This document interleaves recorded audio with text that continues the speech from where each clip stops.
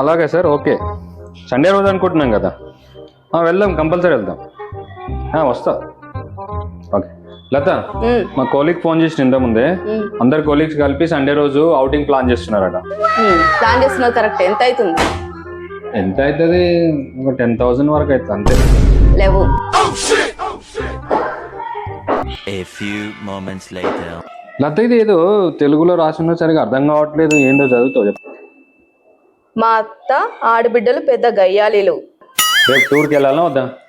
వద్దని చెప్పిన కదా ఇంత ముందే. వెళ్తా. వద్దు. ఒకసారి ఇది వినవా? మా అత్త ఆడబిడ్డలు పెద్ద గయ్యాలీలు. వెళ్ళాలా అమ్మా?